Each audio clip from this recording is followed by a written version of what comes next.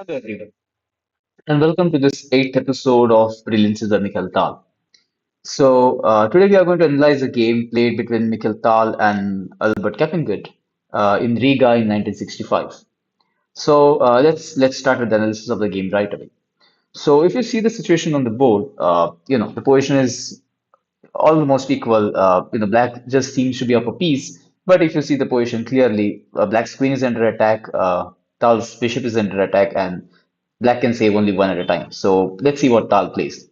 So for those, I'm sure the intermediate players will find this move in a glance. And for those who want to enjoy the show, Tal actually plays the move bishop to e3 check here. For beginner players, this is what we call it as intermezzo or intermediate move, and that's just something different from what we do every time. So, for example, if a normal player would play with the black pieces, the queen is under attack, he would just move away the queen, and then lose the bishop, and the game would continue in a pretty equalish manner. But Tal plays the move bishop e3 with a check, and this comes with a lot of poison. So first, let's say, if you move the king, which actually Albert does, we will see the line what happens for that. But let's say if white was, if white tried to act pretty clever, if white took the bishop, queen captures on e3, then that's a meaningful debate. I mean, what white is trying to say is that your queen is under attack on h4, so why not take the bishop? And now you can black can capture on e3, white captures on h4, but the problem actually is this move pawn to e2, forking the two rooks. And after white takes a bishop on d5, just pawn captures on f1, queens, king captures on f1, and this position is much better for black. I mean, you have up you're up exchange with no good attack against black king. It's completely dominating for black. So of course, Albert doesn't want to go in this particular variation, so he doesn't play queen captures on e3. He plays king to g2 here. And what is Albert trying to ask? So he says, well, you have given a check, a very nice intermezzo, but your bishop is still under the attack, and your queen is also still under the attack. So what do you want to do here? And here comes Stahl's actual idea. So again, feel free to pause the video. This is not easy to spot. And this is the perfect explanation and definition of what compensation is in chess. So, as most of games of Tal actually explain compensation in detail. So feel free to pause. And for those who want to enjoy the show, Tal plays bishop captures on b3 here. And Tal says, well, I'm going to grab yet another piece. And what is, White's plan here? If you just recapture the bishop, then just queen to f6 or queen to e7. Tal is up a piece. Tal is clearly winning the game. So, well, Albert doesn't want to go in this particular line, in any particular universe. So, of course, he doesn't capture the bishop. Albert grabs the queen. You have G captures on h4. And now comes Tal's main idea. Tal plays bishop captures on c2, attacking the queen and the rook. And well, you have to just defend the queen. Albert plays queen to a3, that is more or less forced. And now comes bishop captures on d1, grabbing yet another rook. Of course, now if you see, Tal was originally up a piece in the position that we started the analysis from. Now Tal has grabbed a bishop, then Tal has grabbed a pawn, then Tal has even grabbed a rook. So that means Tal has got a huge amount of material just for a single queen.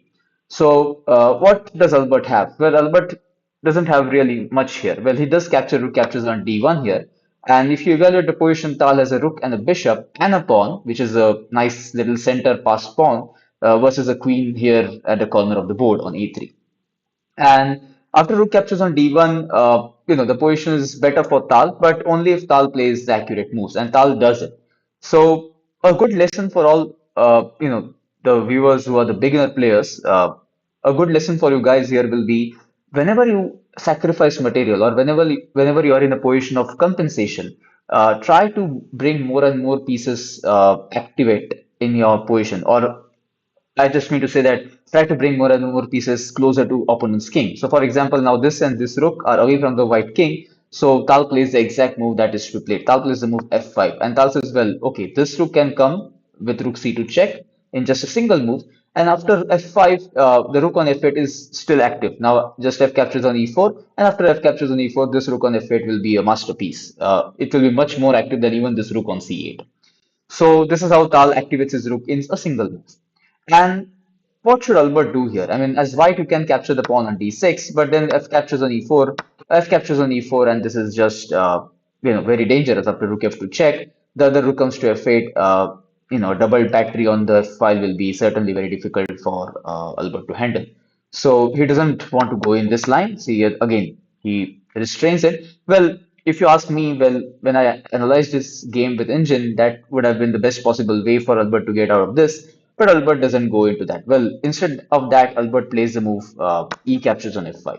And he says, well, okay, I will allow your rook to come on f5, but not at the cost of the open f5. So the position is slightly different. Now, if rook captures on f5, the f3 pawn is still on f3, not on e4. And that is why the f file is closed. That kind of acts as a barrier against a white king. And maybe, Albert feels that the king is pretty safe here if the pawn remains on f3, which is correct till some moment, but only till some moment because Tal plays the move rook to c5 here. Again, he doesn't hurry up and capture this f5 pawn. Well, he brings yet another attacker on the f5 pawn, and his plan is simple. He is now going to capture the f5 pawn with the other rook and see the time that Tal is taking to capture the f5 pawn. He knows that the pawn is gone. There is no way to defend the pawn. Well, he wants to also improvise the position of his c8 rook, in one go. I mean, why to give that rook c2 check first, then come back and try to develop the f file? Well, directly he can go to c5 with the tempo on the pawn, and after he captures the pawn, the double rooks will be much more powerful on the f file. So you have queen to b4 now by Albert. Well, you can't take the d6 pawn. The rook is in the way. The rook on d1 is a pretty much more or less inactive. It's a clown. The bishop and the pawn are really dominating the rook much.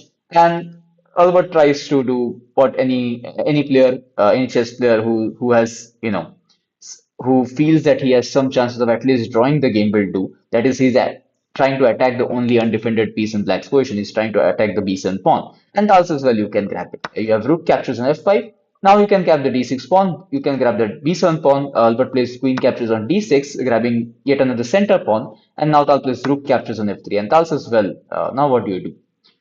Your f file is open, my rooks are doubled, so that's a much more dangerous sign to you. And if you feed this position in engine, engine will give it, I think, pretty equalish or a slight advantage to black. But as a human, if you play with the white pieces, like if I just flip the board for you guys, to play against such powerful rooks and bishop and pawn, it's much more a mental pressure on you to not get checkmated in such position, blundering yourself. I mean, rather than black finding any brilliancy, it's white who is going to try and mate himself up with all these pieces attacking the white king on g2. Okay, let's flip the board back. So, and that is what exactly happens with Albert's mindset here. So Albert's kind of he blunders the game here. He goes for a quick exchange. He tries to simplify the position into a pretty much drawish position, but that is the his final mistake in this particular game. So Albert plays the move rook captures on d4, sacrificing the rook for a pawn and a bishop. Of course, if now Tal captures, queen captures, Tal is still better here. I mean, two rooks are always better than a queen, and with such a safe king, I will still prefer to play as black here. But Tal goes with a even more powerful line. And for those who want to again pause the video, they can. And this is a quite difficult spot because after rook captures on d4, sorry, yeah, after this rook captures on d4, half of the people will hurry up and play rook f2 check, which is correct, which is not bad. But after rook f2 check, what follows is actually very important. So try to figure out the complete line and then play rook f2 check in this particular position while I give you a couple of minutes. Okay. So yeah, I hope most of you have found the continuation with rook f2 check, which just I'll play rook f2 check here. You have king to g3 by Albert, and that is why I was telling you guys what follows is very important. This check was much more obvious. Anybody could play that check, but now Tal plays the move rook to f6, and Tal says, well, now your queen is under attack. Your rook is under attack, and the main threat is rook to g6 with a check. So, for example, if Albert plays something like queen to d5, now comes bishop captures on d4, queen captures on d4, and now just rook to g6 with a check. And where does the king go? The rook is guarding the entire f file. This rook is slicing over the g file, king h3, and rook to f3 will be a nice little checkmate. And if not this, then white has to give up the queen. Rook captures, king captures, and playing a rook down position against Mikhail Tal is useless. Okay, so after this move, here. after rook to f6, pertaining to the threat of rook g6 check. White resigned the game. Albert had no chances. He just gave up the game. He could have gone into queen captures on f6, g captures on f6, and then, kind of tried rook d7 to hold onto the position. But again, this piece is much more stronger, and you're down a piece against Mikhail Tal. You don't want to, embarrass yourself much more than this. So Albert resigns here in this particular position after Tal plays rook back to f6, and yeah, yet another brilliancy from Mikhail Tal. I mean, you just see if you go back to the original position just a few moves ago. Just a minute here when after king g2, Tal had a choice of just retreating back to the queen, going into an equalish game, but Tal chose the hard way, and which is actually the best engine move. Tal plays bishop captures on b3, sacrificing the queen, but Tal has everything calculated because Tal knows he has already grabbed a piece on d5, then he grabs a piece on b3, then he grabs a pawn on c2, and finally he grabs the rook on d1. So he gets much more than the queen actually for the it may it may appear that black has lost his queen, but actually white is the one who has lost much more material in this particular trade. So yeah, this entire plan of sacrificing the queen, I think this is one of the second or third queen sacrifice that we have been covering in this series of Brilliancies by Mikhail Tal, and I hope all of you enjoyed this, as you enjoyed the previous videos. So again, thank you for subscribing to our channel. Thank you for following this series. It has been 8 episodes now, and I've been shortlisting games one after the other, and I will be back in the ninth episode with another Brilliance via Mikhail Tal, which we all will enjoy to analyze as usual.